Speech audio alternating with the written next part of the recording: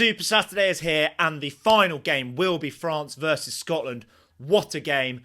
Probably the game of the round just on paper, and there's going to be so much riding on it. France for the win, for the championship. Probably a well-deserved championship. I am Scottish, but I'm wearing a Brive hoodie.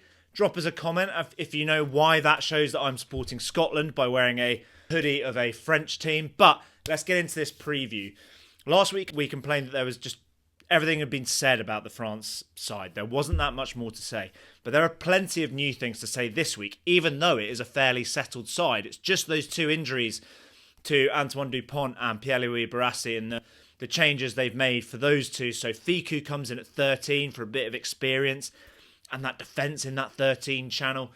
Maxime Lucu gets a well-deserved start at 9 after that brilliant display last week. And Nolan Le Garrec comes back into the 23 after some pretty patchy performances early on. But there's plenty to say about this selection, despite the lack of changes. We didn't think they were going to go 7-1 again. It looked from the training that they were going to go for 6-2. They were going to pick Barret in the number 23 jersey with Le Garrec at number 22, which would make sense. Leo Barret would cover 15, obviously. He can play 10, he can play 12, and he played brilliantly against Italy, so we know he's in good form.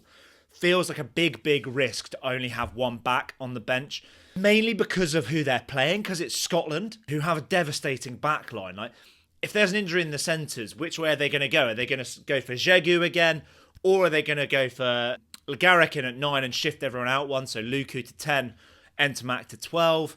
What are we going to see if there's an injury in the centres? Jegu could be exposed in the outside channel. Scotland are the team to do that. If Jegu finds himself defending in the centres, Hugh Jones, Blair Kinghorn, Darcy Graham coming into the line off his wing, they're the guys that could really exploit that. But then also the 7-1 split is so key for France's game plan in this match, the forward power. Because if we know there's one long-standing weakness for Scotland, it's their lack of physicality. So those 7 forwards coming off the bench, Scotland just don't have that depth. So that last 20 minutes could be an absolute bloodbath for Scotland. Our one to watch this week is Jean-Baptiste Gros. He's been brilliant this tournament, both sides of the ball, attack and defence. There was that out-the-back offload ahead of the Paul Boudon try last week. But he's also been brilliant at the scrum, and that is where we will see the key matchup, which is him versus Zander Fagerson. Zander Fagerson is so key for Scotland. Scotland are so reliant on him holding that scrum together on that tight head side. And they try and play him for as long as they can because of that. If he struggles, there's no way Scotland can build a platform. Could be a source of penalties for France as well. If Jean-Baptiste Gros goes really well on that side, which then gives them opportunities for territory and to get their driving maul going with that physicality that they will have the edge over Scotland with.